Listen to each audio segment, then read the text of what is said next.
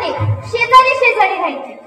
तर शांताराम जो होता तो तुमच्यासारखा होता. कसा? रोज सकाळी उठायचा, एकदा देवपूजा करायचा आणि कामाला निघून जायचा. काम झाल्याच्या नंतर घरी यायचा, तोंड हात पाय धुवायचा आणि परत एकदा भगवान परमात्म्याचं पूजन करायचं आणि परत आपल्या कामाला लागायचा. परंतु आत्माराम जो होता तो तसा नव्हता. तो दिवस रात्र भगवंतासमोरच बसून राहायचा. भगवंतासमोर बसायचा पण चिंता संसाराची करायचं. कसं? आता पोरगा मोठा झाला, लग्न करायचं, वराड आलं, गाड्या लावायच्या, हळदीचा खर्च, लॉन्सचा खर्च, जेवायचा खर्च सगळा पोरीवाल्यांकडेच घेऊन, म्हणजे असं संसाराचा तो विचार करायचा. पण दिवस रात्र त्या भगवान परमात्मा समोर बसून राहायचं.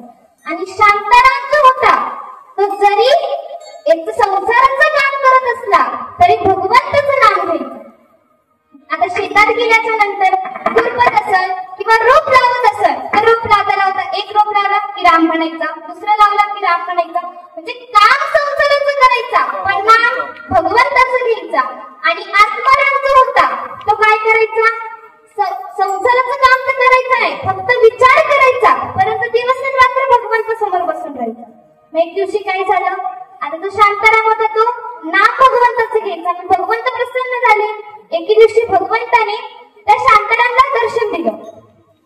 जसं हे आत्मारामला कळलं, आत्माराम पळत भगवंताकडे गेला आणि म्हटलं, भगवंता, अरे मी दिवस रात्र तुझ्या समोर बसलेलो असतो, तुझी पूजा करत असतो, तरी तुझ्या शांतारामला दर्शन दिलं, मला का बरं दिलं नाही? तो दिवसामध्ये फक्त तुझ्याकडे दोनदाच येतो, एकदा सकाळी आणि एकदा कामावून आल्याच्या नंतर, तरी मी त्याला दर्शन कसं काय दिलं? त्यावेळेला भगवंत समजून सांगतात, अरे आत्माराम, तू संसारामध्ये राहतो, तू संसारामध्ये गुंफलेला आहेस. पण संसार करत असताना जर तुला माझी प्राप्ती करायची असेल तर जरी तू काम भगवंताचं करत असला तरी नाम माझं, जरी काम तू संसाराचं करत असला तरी नाम माझं घ्यावं लागेल, तेव्हा माझी प्राप्ती होईल.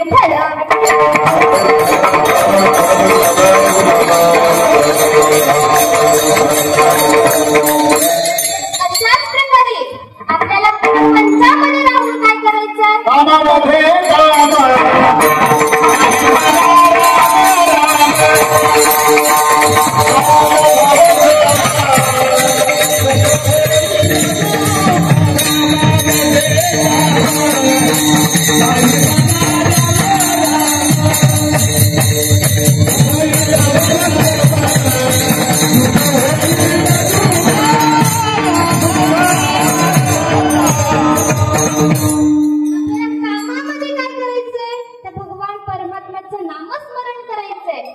संसाराचं काम करायचं पण भगवंताचं नाम घ्यायचं. अशा प्रकारे आपल्याला भगवंताची प्राप्ती होईल. ज्या प्रकारे बघा, पांडवांनी जरी प्रपंच केला तरी परमार्थ देखील तेवढाच केला. म्हणून स्वतः भगवान परमात्मा त्यांच्या घरी आले. आता ज्यावेळेला त्यांनी पंगत ठेवली, पांडवांनी पंगत ठेवलेली होती, तर पाचही पांडवांना 5 कामं वाटून दिले. कोणाला भाजी वाढायचं, फळं वाढायचं, पत्तरवाळ वाढायचं, ग्लास वाढायचं, पाणी वाढायचं. पण आता पत्तरवाळ उचलायचं काम कोणाच्या वाटेला आलं नाही. मग पत्तरवाळ कोण उचलणार? तर स्वतः भगवान परमात्मा त्यांच्या घरी आले आणि त्यांच्या पंक्तीतले पत्तरवाळ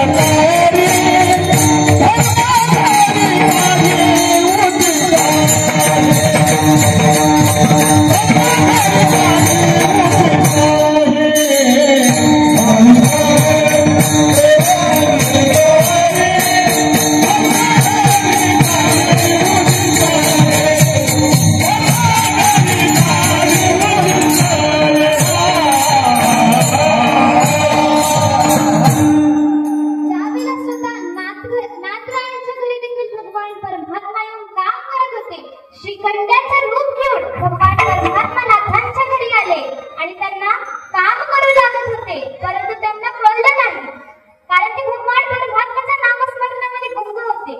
आपणही जर भगवान परमात्म्याचं नामस्मरण केलं माऊली म्हणतात स्वतः भगवान परमात्मा तुमच्या घरी येऊन काम करायला बसले असं मी नाही म्हणत, तर त्याची खूण आहे अभंगाच्या शेवटी.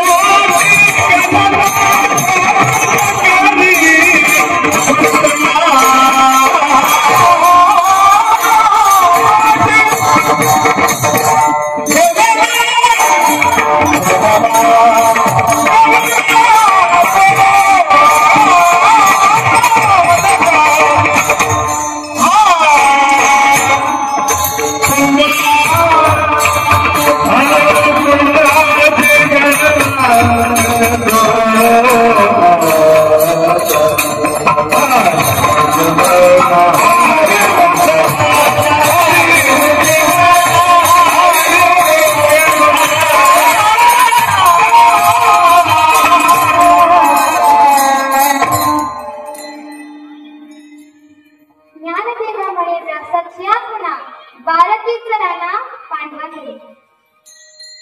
ज्ञानेश्वर महाराज आपल्याला सांगतात काय त्या संसारामध्ये राहून तुम्ही भगवंताची प्राप्ती करू शकता. ज्या प्रकारे पांडवांनी त्या भगवंताची भक्ती केली तर स्वतः द्वारकेचा राजा जो आहे कोण कोण श्रीकृष्ण ते त्यांच्या स्वतः पांडवांच्या घरी येऊन काम करायला लागले. एवढं त्या नामस्मरणामध्ये ताकद आहे.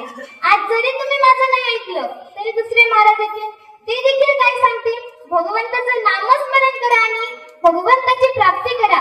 बरं ह्या सप्त्यात नाही ऐकलं पुढच्या सप्त्यातही हेच सांगतील काय भगवंताचं नामस्मरण करा आणि प्राप्ती करा. पिंगळा देखील हेच सांगतो काय त्या भगवंताचं नामस्मरण करा. हे जरी नाही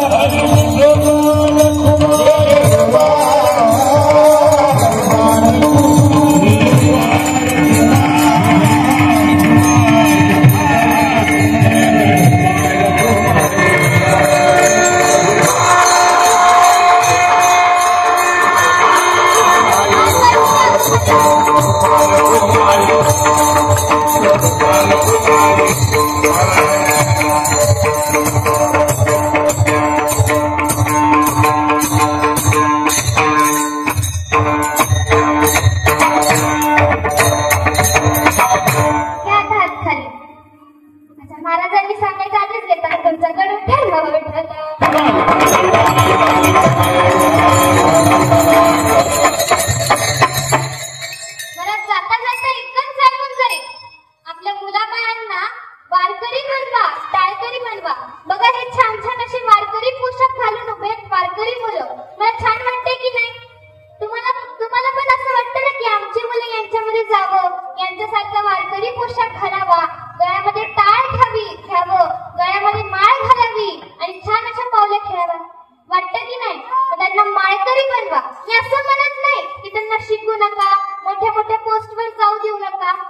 बघा, एखाद्या मोठ्या पोस्टवरती गेलेला जो मुलगा आहे तो दिवसातून 2 भाकरी कमवू द्या, त्यातली अर्धी तुम्हाला देईल का नाही याची गॅरंटी मी घेत नाही. परंतु तोच मुलगा माळकरी असू द्या, छोट्याच पोस्टवर असू द्या, एकच भाकरी कमवू द्या, त्यातली अर्धी तुम्हाला दिल्याशिवाय राहणार नाही. वारकरी संप्रदायाची ताकद. म्हणून आपल्या मुलाबाळांना वारकरी बनवा. तुम्ही देखील माळ घाला. कारण हे बघा, तुमच्या गळ्यात जर सोन्याची साखळी असेल, बघा नीट ऐका, तुमच्या गळ्यात जर सोन्याची साखळी असेल तर तुमच्यावरती चोराची नजर असेल. पण त्याच ठिकाणी तुमच्या गळ्यामध्ये तुळशीची पवित्र माळ असू द्या, तर भगवान परमात्म्याची नजर तुमच्यावरती असेल.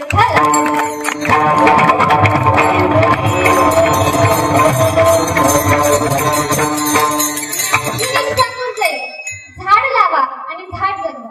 कारण सध्या ऑक्सिजनची खूप गरज आहे.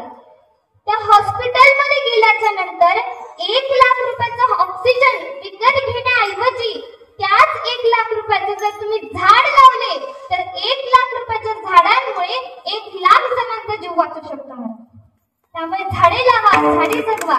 आजकाल याची खूप गरज आहे. आणि जाता जाता तरुण पिढीला देखील माझ्या प्रत्येक कीर्तनात मी सांगते, तरुण पिढीला सांगताय, महाराजांसारखी दाढी वाढून, महाराजांसारखे मोठे चंद्रकोर लावून त्यांच्या शिकवणीचं पालन तर तुम्ही करताय हे सिद्ध होत नाही तर एखाद्या आई बहिणीसमोर मान खाली घालून, नजर खाली घालून, मला मनामध्ये काहीही घाण विचार न ठेवता चालून दाखवा. तुम्ही सिद्ध झाल्याशिवाय एवढंच बोलून आज माझ्या बोबड्या वाणीतून मी अभंगाचा भावार्थ तुमच्या समोर मांडण्याचा प्रयत्न केला. काही चुकली असेल तर माफी मागते. आज मला सुंदर अशी गायनाला साथ करणारे आमचे वैजनाथ महाराज असतील, हरिभक्त पारायण आमचे कदम महाराज असतील, आमचे हरिभक्त पारायण सुरडकर गुरुजी असतील व सर्वच चारकरी मंडळी असेल, सर्वांचे नाव घेणं आता शक्य नाही. खरं तर आपला 10 वाजेचा टाइम होता, पण टाइम जरा जास्त झाला म्हणून माफी मागते. आज मला पेटीला साथ करणारे माझे गुरुवर्य हरिभक्त पारायण गायन विशारद शिवाजी महाराज चिंतामणी असतील, इकडे आमचे मृदुंगमणी आमचे ओमप्रकाश महाराज कांबळे असतील, त्यांचे देखील खूप खूप धन्यवाद. आमच्या इकडे सर्व महिला मंडळी असेल, भेरेताई असतील, हरिभक्त पारायणची आधी तुमचे गुड मावशी असतील, आमचे बनसोडे मावशी असतील, या सर्वच टाळी घेऊन इथे उभं राहिले यांचे देखील खूप खूप धन्यवाद. आमचे वारकरी शिक्षण संस्थेचे सर्वच विद्यार्थी असतील त्यांचे देखील खूप खूप मनापासून धन्यवाद. आज विना घेऊन उभं राहिलेले आमचे हरिभक्त पारायण संकेत महाराज असतील त्यांचे देखील खूप खूप धन्यवाद. माझा आवाज तुमच्यापर्यंत पोहोचतोय कोणामुळे? हे श्री विघ्नहर्ता साऊंड जे आहे, साऊंड सिस्टीम खूप छान साऊंड सिस्टीम होती. तुमचे देखील खूप खूप धन्यवाद. व सर्वात जास्त धन्यवाद कोणाचे तर महाग परिवार यांचे, की त्यांनी सुंदर आपल्या बघा, जर आपल्या वडिलांचं वर्षश्राद्ध कोणाला घालायचं असेल तर एका दिवसात 2-4 पाहुणे मंडळी बोलवले, फोटोला हार घातला, हा जेवायला केला, झालं वर्षश्राद्ध. पण खरंच महाग परिवाराचं मन खूप मोठं आहे.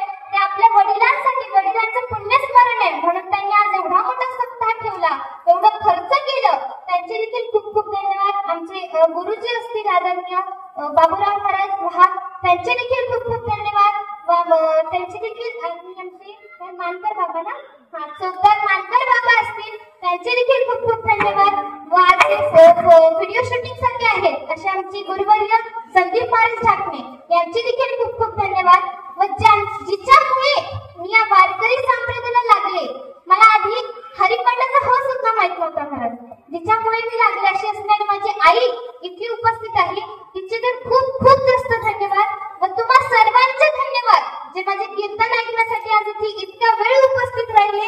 सर्वांच्या चरणी नतमस्तक होते आणि सेवेला इथंच पूर्णविराम देते.